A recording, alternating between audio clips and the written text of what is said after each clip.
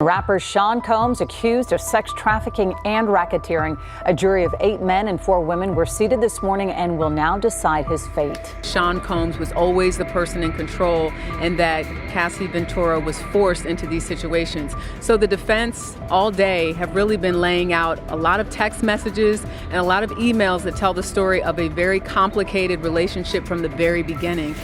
The courtroom was rocked when bizarre details emerged. Disguises, steamy role-playing, and jaw-dropping text messages that exposed a hidden world behind P. Diddy's public persona.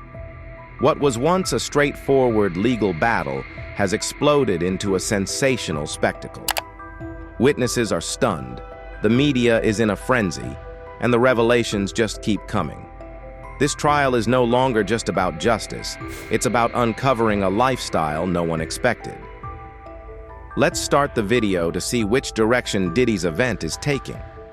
First, the dynamic between Jane Doe, presumably Cassie Ventura, and Sean Diddy Combs, as highlighted in the legal defense, centers on a deeply rooted tension between Cassie's desire for public acknowledgement and Diddy's pattern of maintaining their relationship in private. According to the defense, this underlying conflict became a significant source of emotional strain, ultimately contributing to the legal battle that would later unfold. Throughout the relationship, Cassie reportedly expressed a strong desire to be recognized publicly as Diddy's partner. She allegedly wanted to be treated with the same visibility and respect that Diddy had afforded other women in his life, such as Young Miami and Lori Harvey, both of whom had enjoyed open, public-facing relationships with the music mogul. These women were seen on red carpets, featured in social media posts, and often photographed in affectionate or intimate settings alongside Diddy. Cassie, in contrast, was reportedly kept in the shadows, her relationship with Diddy largely unacknowledged in the public sphere despite their long-term personal involvement. This discrepancy is said to have created a deep emotional rift. From Cassie's perspective, the lack of public recognition may have felt demeaning and dismissive, particularly given the time and emotional investment she had made in the relationship. While Diddy may have had his reasons, whether personal, professional, or strategic, for keeping the relationship discreet, the imbalance became a point of contention. Cassie allegedly grew increasingly resentful, feeling that she was being hidden or invalidated, especially as she watched Diddy publicly embrace other women with apparent ease and enthusiasm. The defense leaned heavily on this narrative, suggesting that Cassie's frustration and disappointment over the lack of public acknowledgement were not just emotional grievances, but also potentially motivating factors behind her allegations. By framing her as someone who felt overlooked and slighted, the defense sought to paint a picture of complex emotional motivations, hinting at love turned sour, jealousy stemming from comparison, and financial expectations that may not have been met. The argument implied that the allegations might be interpreted not simply as claims of wrongdoing, but as part of a broader story of romantic disillusionment and personal conflict. In other words, the defense's strategy involved suggesting that Cassie's actions were, at least in part, fueled by emotions and perceived slights rather than objective instances of abuse or misconduct. Furthermore, the defense pointed to a pattern in which Diddy's more recent relationships had been conducted with a level of openness and celebration that Cassie never experienced during her years with him. This pattern of behavior was used to bolster the idea that Cassie's discontent was rooted in her own unmet expectations, particularly her longing for a status that was never granted to her. This line of defense aimed to undermine the credibility of the accusations by questioning the motives behind them. If, as the defense contended, Cassie had long-standing grievances about being kept out of the public eye, then her decision to come forward could be interpreted as a form of retaliation or an attempt to gain leverage after feeling emotionally and socially marginalized. In the high-profile legal battle between Jane Doe, widely presumed to be Cassie Ventura, and music mogul Sean Diddy Combs, One of the central strategies employed by the defense was an effort to discredit Cassie's motives by framing her civil lawsuit as financially motivated rather than a genuine pursuit of justice. This approach focused on a narrative that depicted Cassie as a woman in financial distress who, rather than seeking criminal prosecution through law enforcement, opted to retain a civil attorney and demand a staggering $30 million settlement from Combs. The defense argued that this choice was telling. In their view, someone truly seeking justice or accountability for alleged wrongdoing, particularly the kind of severe misconduct Cassie claimed, including abuse, coercion, and trafficking, would logically go to the police or the district attorney. Instead, Cassie's first move was through the civil court system, a route that typically seeks monetary compensation rather than criminal charges. According to the defense, this route was indicative of her true intentions, not to expose or correct harmful behavior, but to secure a significant financial payout. Central to this argument was the timing of Cassie's lawsuit. The defense claimed that around the time she initiated legal action, she was facing financial difficulties. While specifics around her financial state were not made public, the defense implied that dwindling career opportunities, mounting personal expenses, or a lack of steady income may have played a role in motivating her to pursue legal action.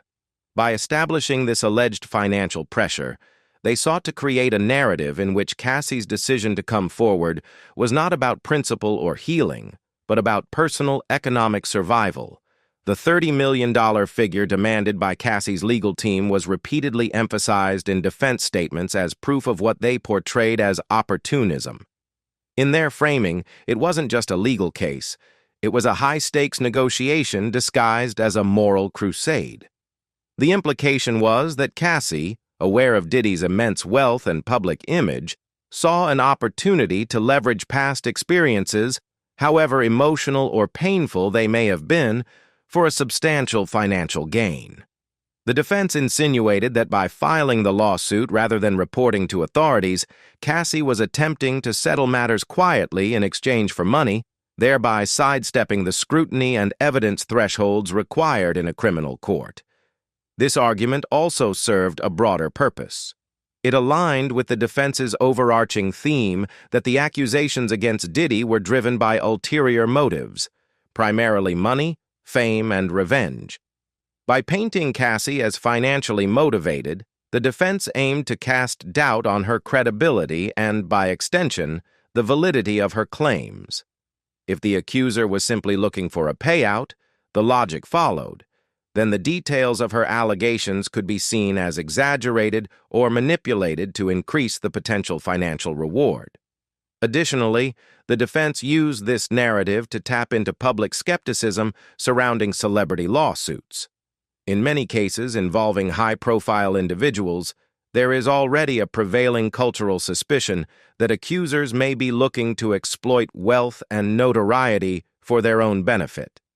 The defense's strategy appeared designed to resonate with that sentiment, suggesting that Cassie's civil suit was part of a broader pattern of people targeting public figures with deep pockets. Furthermore, they pointed to the quickness of the settlement as reinforcing their claim. The fact that the case was resolved rapidly, within a day of being filed, was framed by the defense not as an acknowledgement of wrongdoing, but as a pragmatic move by Diddy to avoid a prolonged public spectacle. Settlements in civil cases do not equate to an admission of guilt, and the defense leaned heavily on this distinction, arguing that Diddy's decision to settle was about preserving his reputation and avoiding media chaos, not because the claims had merit. In response, supporters of Cassie argue that survivors of abuse often choose civil litigation over criminal prosecution for a variety of reasons, including the emotional toll of reliving trauma in court, fear of not being believed by authorities, and the desire for some form of justice on their own terms. Civil suits provide a level of agency and privacy that criminal proceedings do not. These nuances, however, were largely overshadowed by the defense's concerted effort to frame Cassie as someone exploiting the civil system for personal gain. In response to the serious allegations of racketeering and sex trafficking leveled against Sean Diddy Combs, the defense mounted a strategic and nuanced rebuttal aimed at dismantling the foundations of the charges. While they acknowledged that Diddy engaged in some of the behaviors described in the accusations, such as drug use, hiring escorts, and maintaining a controlling presence in his personal relationships, they argued that these actions, while potentially controversial or morally questionable, did not rise to the level of criminal conduct under the law, particularly not to the extent of constituting racketeering or sex trafficking.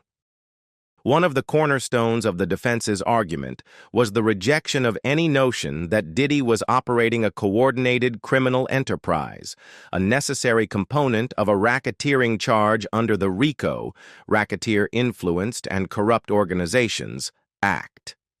The defense denied the existence of a criminal conspiracy, asserting that the prosecution was attempting to stretch isolated incidents into a broader narrative of organized criminality. According to the defense, there was no criminal enterprise at play, no ongoing coordinated group operating with illegal intent, and certainly not under Diddy's direction. For example, in addressing allegations of bribery, which prosecutors suggested might have been used to silence victims or law enforcement, the defense offered a different interpretation: reputation management. They contended that any payments or arrangements made to maintain privacy or mitigate negative press were standard practices in the entertainment industry, not acts of corruption. According to this view, Diddy's efforts to preserve his public image were typical of high-profile figures and did not constitute attempts to subvert justice or buy silence illegally. The defense also tackled the accusations of kidnapping and coercive control, charges that formed the emotional and legal core of the trafficking claims. They argued that Cassie Ventura and other women were not held against their will, but remained in relationships with Diddy of their own volition, often over long periods of time. Cassie, for instance, was with Diddy for over a decade, and according to the defense, she traveled freely, attended events, and made personal and professional choices independent of coercion. They characterized the relationship as tumultuous, perhaps, but ultimately consensual.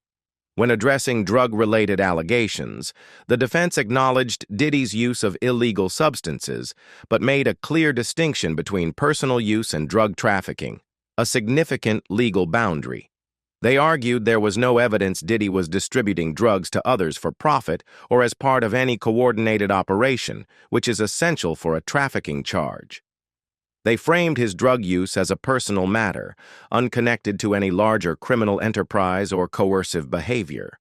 One of the more controversial aspects of the case involved accusations of sex trafficking, which the defense worked to discredit by reframing the role of escorts and adult entertainers in Diddy's social life. They conceded that women were compensated for their time and presence at parties or private gatherings, but insisted this was not equivalent to paying for sex. According to the defense, these financial transactions were based on companionship, appearance, and social value, common in elite circles, not explicit sexual services. By separating these interactions from the legal definition of prostitution, the defense aimed to diffuse the narrative that Diddy was exploiting women for sex or facilitating trafficking. They also emphasized that no victims had been moved across state lines with the intent to engage in illegal sexual activity, a key component required to prove federal sex trafficking charges. Without clear evidence of coercion, force, fraud, or transportation for the purpose of commercial sex acts, the defense maintained the sex trafficking label simply didn't apply. In pushing back against the racketeering and trafficking charges, the defense framed the case as a sensationalized portrayal of a celebrity lifestyle rather than a criminal enterprise. They suggested that Diddy's high-profile parties, drug use, and relationships with young women were being distorted through a legal lens that sought to criminalize behavior that was, at worst, indulgent or reckless, not illegal. This line of argument was not just a legal strategy, but also a public relations move. The defense sought to draw a line between misconduct and criminality, portraying Diddy not as a criminal mastermind, but as a powerful man living in excess, perhaps making poor personal choices, but not orchestrating a conspiracy or engaging in trafficking. The overarching goal was to dismantle the prosecution's attempt to present a pattern of systemic abuse and instead recast Diddy's behavior as isolated acts of excess, disconnected from any coordinated criminal conduct. In doing so, the defense hoped to not only protect Diddy from the most severe legal consequences, but also to influence public perception, emphasizing that while his lifestyle may draw criticism, it does not necessarily equate to criminal behavior under the stringent definitions required by federal law. The prosecution opened its case with powerful testimony from its first witness, Officer Israel Flores, a key figure in the investigation of the March 2016 incident at the Intercontinental Hotel in Los Angeles, involving Sean Diddy Combs and Cassandra Cassie Ventura. Officer Flores's testimony was not only emotionally compelling, but also critical in laying the groundwork for the prosecution's narrative of abuse, intimidation, and obstruction. His account, combined with chilling surveillance footage from the hotel, gave the jury an early and unflinching look into what prosecutors described as a pattern of violent and controlling behavior by Combs. According to Officer Flores, he responded to an emergency call at the hotel and was one of the first officers on the scene. He testified that as soon as he arrived, he encountered a chaotic and disturbing scene. The hallway outside the room was in visible disarray. He recalled a shattered vase on the floor, glass shards scattered around, and signs of a physical altercation. These physical elements, he said, immediately raised red flags that this was not a routine disturbance, but potentially a serious case of domestic violence. The officer then described seeing Cassie, who appeared visibly shaken and frightened. Flores told the court that her demeanor was that of someone in distress. Her voice was trembling. She avoided eye contact, and her body language conveyed fear. She reportedly kept glancing nervously toward the hotel room, as if afraid that Diddy might appear. Flores noted that she seemed eager to leave the premises, but there were complications. Most chillingly, Flores testified that Sean Combs attempted to prevent Cassie from leaving the hotel. He described an encounter with Combs, saying the music mogul had a blank, devilish stare, an eerie calm that Flores said made him uneasy. The officer recalled that Diddy stood in a way that seemed deliberately obstructive and confrontational. More damning still, Flores claimed that Diddy attempted to bribe him, offering what the officer described as a large sum of money in exchange for his silence and inaction. This alleged attempt at obstruction of justice became a key detail, used by the prosecution to highlight Diddy's pattern of using wealth and influence to manipulate situations and avoid accountability. While Officer Flores's words painted a disturbing picture, it was the surveillance video from the hotel that truly galvanized the courtroom. The footage, played for the jury during Flores' testimony, appeared to validate much of Cassie's earlier civil complaint. The grainy black-and-white video showed a man identified as Combs striking Cassie multiple times. In one particularly disturbing sequence, he is seen stomping on her after she falls to the ground. The footage also seems to show Cassie attempting to flee, only to be pursued and cornered by Diddy, reinforcing Officer Flores's account that she was trying to escape, but was physically and psychologically restrained. Prosecutors pointed to this footage as direct, unfiltered evidence of abuse, something difficult to dispute or interpret as anything but violent and deliberate.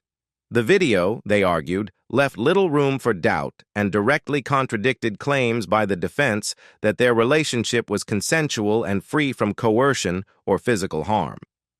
Officer Flores's testimony, paired with the surveillance footage, served several crucial purposes for the prosecution.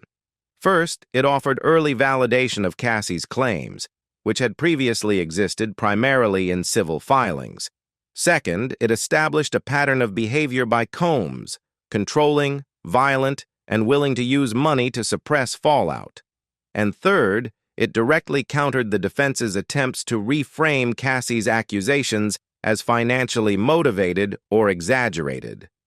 The visual and verbal evidence from a law enforcement officer offered a layer of objectivity that bolstered the prosecution's narrative and lent it early momentum. Additionally, the officer's account of being offered a bribe painted Combs in a deeply troubling light, not just as someone accused of abuse, but as someone willing to corrupt the justice system to escape consequences. The defense would later attempt to discredit Flores, suggesting misinterpretations or a misunderstanding of Diddy's actions, but the immediate impact on the jury was evident. The officer's composed but firm recounting of events, his clear discomfort with what he witnessed, and the disturbing video footage played in court created a potent combination that anchored the prosecution's opening arguments. As the trial against Sean Diddy Combs continued to unfold, the prosecution built upon the compelling testimony of Officer Israel Flores by introducing a critical piece of evidence: partial surveillance footage that Flores had personally recorded using his cell phone. This improvised recording, made during his initial response to the March 2016 incident at the Intercontinental Hotel, became a central point of discussion, both for its contents and for the troubling questions it raised about evidence preservation and potential interference. At the time of the incident, Flores did not hold a rank or role within the department that granted him access to officially download or retain surveillance footage from private establishments. However, understanding the severity of what he had just witnessed and concerned that the visual evidence might not be properly preserved or turned over, Flores made a split-second decision. As he viewed the footage on the hotel's security system, he discreetly used his personal cell phone to record part of the video directly from the screen. His decision to do so, while unconventional, would later prove to be an essential safeguard in a case that would become the subject of national scrutiny. During his testimony, Flores described what he saw on the hotel's surveillance system that evening: a chaotic and violent confrontation. The footage showed Cassie attempting to exit the hotel room in a hurry, only to be aggressively confronted by Diddy. According to Flores, the recording captured Diddy lunging at Cassie, striking her, and at one point stomping on her after she collapsed. The video then showed Cassie trying to recover and move away, visibly distressed and disoriented. Flores testified that this visual evidence corroborated her demeanor when he first encountered her in the hallway: frightened, emotionally shaken, and desperate to get away. The footage, though partially recorded and lacking audio, was stark and difficult to misinterpret. It formed a visual confirmation of many of the claims Cassie later made in her civil complaint, reinforcing the prosecution's argument that this was not a case of exaggerated accusations, but rather one with visual proof of physical violence. However, what made this footage even more significant and troubling was what happened after Flores left the hotel. He reported that the original surveillance video, which had been visible at the hotel security desk, later disappeared from official records. According to Flores, after initially viewing the footage and alerting his department about the severity of the situation, he learned that the video was no longer available when law enforcement followed up to obtain it through formal channels. The footage had seemingly vanished, and no explanation was provided by hotel management regarding its deletion or disappearance. Flores stated during his testimony that he did not see the video again until years later, when it surfaced publicly in 2023, broadcast by CNN during its coverage of the civil case filed by Cassie. Watching the clip on television, he immediately recognized it as the same material he had seen at the hotel that night. The resurfacing of the footage sparked immediate public outrage and reignited scrutiny around Diddy's alleged pattern of abuse. For Flores, it was a vindication of what he had witnessed firsthand, but also a disturbing indication that evidence central to a serious incident had been suppressed or destroyed for years. The prosecution leaned heavily on this point, framing the footage's disappearance as suspicious and potentially indicative of a larger effort to obstruct justice. They argued that Diddy's wealth and influence may have played a role in making the footage inaccessible to investigators, reinforcing their broader narrative that he had repeatedly used his power to evade consequences. Defense attorneys, however, sought to downplay the significance of the cell phone video. They questioned the clarity and legality of Flores's recording, suggesting that it was informal, incomplete, and potentially unreliable. They also hinted at procedural missteps, arguing that if the recording had been properly handled at the time, it might have faced stricter scrutiny or verification. But prosecutors countered that Flores's recording was not only a necessary act given the circumstances, but ultimately a critical piece of evidence that preserved the truth when official channels failed. During cross-examination, the defense sought to cast doubt on the credibility and reliability of Officer Israel Flores, whose earlier testimony had served as a powerful foundation for the prosecution's case against Sean "Diddy" Combs. Led by veteran defense attorney Brian Steele, the questioning focused intently on perceived gaps and omissions in Flores's original police report following the March 2016 incident involving Diddy and Cassie Ventura at the Intercontinental Hotel. This line of inquiry became a central strategy for the defense. If they could undermine the integrity of Flores's report and cast his later testimony as exaggerated or embellished, they could begin to challenge the broader narrative of abuse and obstruction that prosecutors had laid out. From the start, Steele homed in on discrepancies between Flores's initial written report and the vivid, emotionally charged testimony he delivered in court. One of the first points of contention was the omission of Flores's description of Diddy's demeanor. On the stand, Flores had characterized Combs as having a blank, devilish stare during their confrontation in the hotel hallway, a moment that had stood out to the jury for its chilling implications. Yet, Steele pointed out, this striking observation was nowhere to be found in the original incident report filed by Flores. Why, the defense attorney pressed, would such a disturbing and memorable detail be left out?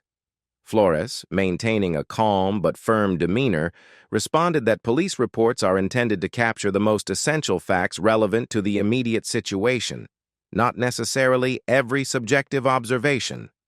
He explained that while his emotional reaction to Diddy's demeanor was personally memorable, it did not directly influence the immediate steps taken during the call for service. Nonetheless, Steele emphasized this omission as a potential sign that Flores had embellished his courtroom testimony to align more closely with Cassie's civil claims and the now public surveillance footage. The defense then shifted focus to another notable omission: the lack of detailed documentation regarding Cassie's physical condition or any visible injuries. Steele highlighted that Flores had described Cassie as visibly frightened in court and claimed she was emotionally distraught, but had not documented any physical signs of abuse, such as bruises, scrapes, or torn clothing. Flores again explained that Cassie had not required medical attention at the time, and that his report prioritized logistical information about the scene, such as property damage, witness statements, and immediate safety concerns. Still, Steele pressed the issue, suggesting that Flores' failure to record any physical evidence of harm created a gap that weakened the prosecution's depiction of a brutal assault. If Cassie had truly been beaten so violently, Steele argued, why wasn't this reflected more concretely in the official documentation from that night? Flores reiterated that not all trauma is visible and that Cassie's behavior, her fear, and the disarray in the hallway were strong indicators of a violent encounter. He noted that he had documented the broken vase and signs of a struggle, which supported his assessment that the scene had been chaotic. Nonetheless, Steele continued to imply that the selective nature of Flores's reporting created room for interpretation and possibly manipulation. Another key issue raised during cross-examination was Flores's decision to use his personal cell phone to record a portion of the surveillance footage. Steele acknowledged the unique circumstances of the moment, but argued that this action reflected a breach of protocol and potentially compromised the chain of custody. He questioned why, if Flores had believed the footage was so critical, he didn't push harder to ensure it was properly preserved or reported to superiors more urgently. Steele also inquired why there was no mention of this video recording in the original report, another detail that, in the defense's view, signaled a lack of transparency or forethought. Flores admitted that, in hindsight, he wished the system had allowed him to handle the footage more formally, but he stood by his decision to record it for the sake of accountability. He emphasized that his actions were motivated by concern that the footage might later be lost, which, in fact, turned out to be the case. The original hotel video was never recovered through official channels, and Flores did not see it again until it aired on CNN years later. The defense used this opportunity to propose an alternate interpretation, that the reappearance of the video and Flores' late-stage testimony were not products of genuine justice, but rather part of a coordinated media-driven narrative intended to damage Combs's reputation. They suggested that the cell phone recording and the vivid recollections Flores shared in court were retrofitted to support Cassie's lawsuit, which the defense has consistently painted as financially motivated.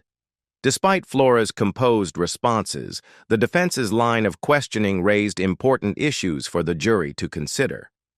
Were the omissions in the original report simply the product of normal police procedures, or did they reflect inconsistencies in the officer's account?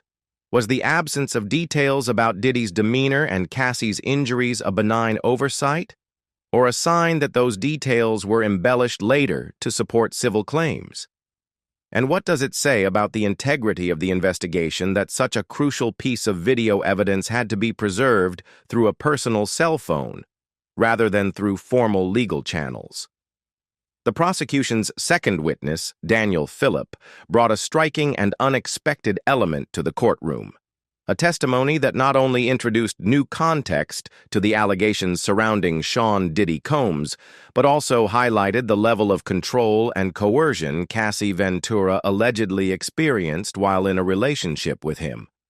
Phillip, a professional dancer, testified under oath that in 2012, he had been paid by Cassie for a sexual encounter, an experience he described as transactional, arranged, and deeply unsettling in its implications. Phillip's appearance was initially met with curiosity, as he was not a widely known figure nor previously linked publicly to the case. However, as he began recounting his story, it quickly became clear that his testimony was intended to support the prosecution's broader narrative, that Diddy exercised control over Cassie in ways that extended into her sexual autonomy, allegedly orchestrating encounters that blurred the lines between consent and coercion. According to Phillip, the chain of events began when he was contacted by his employer, someone he described as running a private dance agency that occasionally serviced high-end clientele. Phillip stated that he was told there was a special request for black male dancers to attend a discreet event at the Gramercy Park Hotel in New York City. While he had previously worked gigs involving performance or companionship, he noted that this assignment was different. The expectations were not simply about dancing, but appeared to involve something more intimate. Upon arriving at the hotel, Phillip recalled being escorted to a private suite where Cassie was present. He described her demeanor as distant and detached, saying she appeared to be going through the motions of an arrangement that was not entirely her own. Phillip claimed that the encounter quickly turned sexual and that he was paid directly by Cassie at the end. He also stated that the interaction, while consensual in a literal sense, felt orchestrated in a way that suggested she was not acting independently. What made Phillip's testimony especially compelling was his assertion that he later learned, through gossip within the entertainment and service circles, that Diddy had allegedly engineered the meeting. While Phillip admitted he had no direct communication with Combs regarding the encounter, he testified that his boss implied the request had come from someone very high up, and that Cassie was simply following through with what was expected. This suggestion supported the prosecution's theory that Cassie had been manipulated or coerced into participating in sexually exploitative situations designed to satisfy Diddy's alleged fetishes or desire for control. The prosecution used this testimony to paint a deeper picture of the power dynamics within Diddy and Cassie's relationship. If, as alleged, Cassie was compelled to arrange and participate in sexual encounters at Diddy's behest, it could bolster claims of sexual trafficking under the law, which does not always require force or physical coercion, only proof that someone was manipulated into commercial sex acts through power, pressure, or psychological dominance. During direct examination, Philip was measured but emotional. He expressed regret for participating in the encounter and stated that, at the time, he had little understanding of the larger context or the implications for Cassie. "I didn't know what she was going through," he said. "Looking back, it didn't feel right. It felt like she didn't want to be there." Prosecutors highlighted this point to illustrate that the relationship between Cassie and Diddy may have included episodes of sexual control that were not immediately visible to outsiders. The encounter with Philip served as a concrete example of how Cassie may have been used in situations that blurred the lines between personal will and external pressure.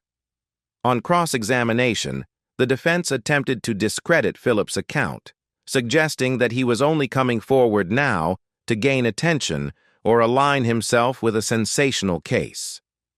Defense attorney Brian Steele questioned the timeline of events and pressed Philip on why he had never reported the incident earlier.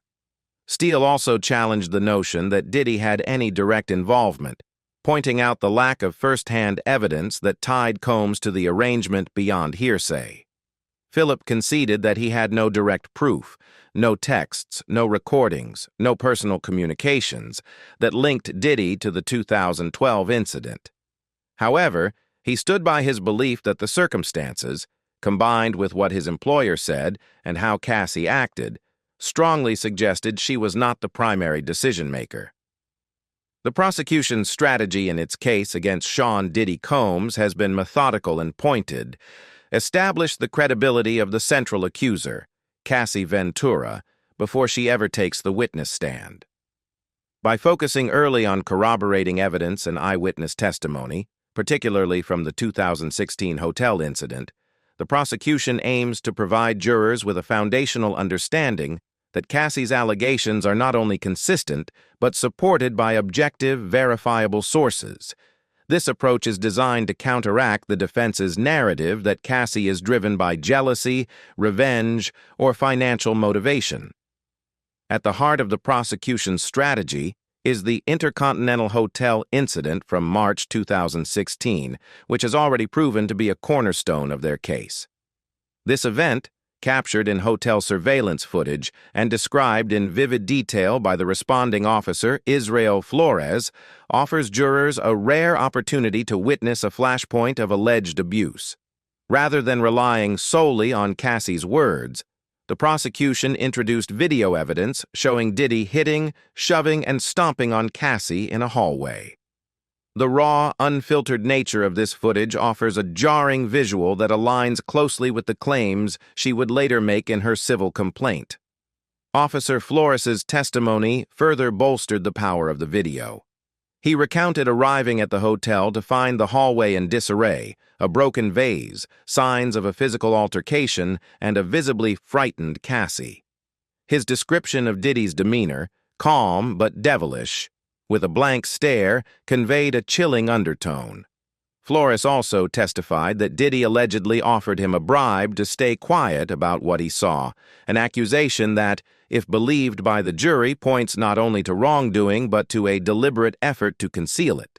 Crucially, the prosecution is using this early testimony and physical evidence not just to prove individual acts of abuse, but to establish a pattern of behavior. By starting with a dramatic and documentable event, the legal team is laying the groundwork to argue that Cassie's broader allegations are not only plausible, but part of a consistent narrative of manipulation, control, and violence. This framing becomes even more important when viewed through the lens of the defense's anticipated attacks. Diddy's legal team has indicated that they plan to portray Cassie as an opportunist, someone who stayed in the relationship for years and only came forward after experiencing financial hardship. According to the defense, the fact that she pursued a civil case rather than contacting law enforcement is evidence of a profit-seeking motive rather than a pursuit of justice. To counter this, the prosecution appears to be positioning the hotel incident as the moment that proves Cassie is not fabricating her story. The video doesn't lie.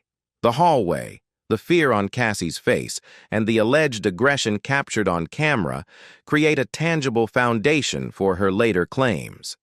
This also provides cover against the defense's claims that the civil lawsuit was motivated purely by money.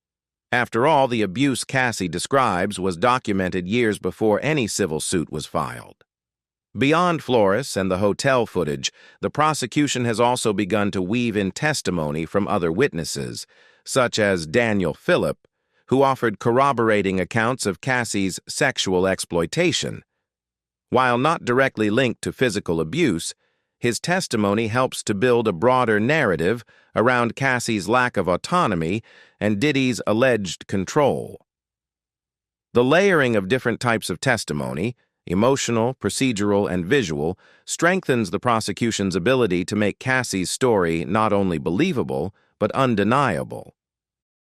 Another critical advantage of this strategy is that it allows the jury to form a perception of Cassie based on evidence, not just emotion. In high-profile cases involving intimate partner violence and power imbalances, credibility is often the battleground. Victims can be questioned not only for what they experienced, but for how and when they choose to come forward. By front-loading their case with independent third-party validation of Cassie's story, the prosecution aims to neutralize those doubts before they fully take root in jurors' minds. This approach also prepares the courtroom for Cassie's eventual testimony. When she does take the stand, she will not be doing so in isolation. The jury will already have seen disturbing footage and heard from neutral witnesses, which can serve to reinforce her credibility even under cross-examination. If the jurors believe her version of the hotel incident, they may be more inclined to believe the broader narrative she presents, including the allegations of manipulation, coercion, and long-term abuse. What do you think about the latest developments in Diddy's case? Leave us your comments in the section below. We hope you have found this helpful video. Don't forget to leave a like, share, and subscribe to the channel if you like it. Thank you for watching this, and see you in the next videos. Goodbye.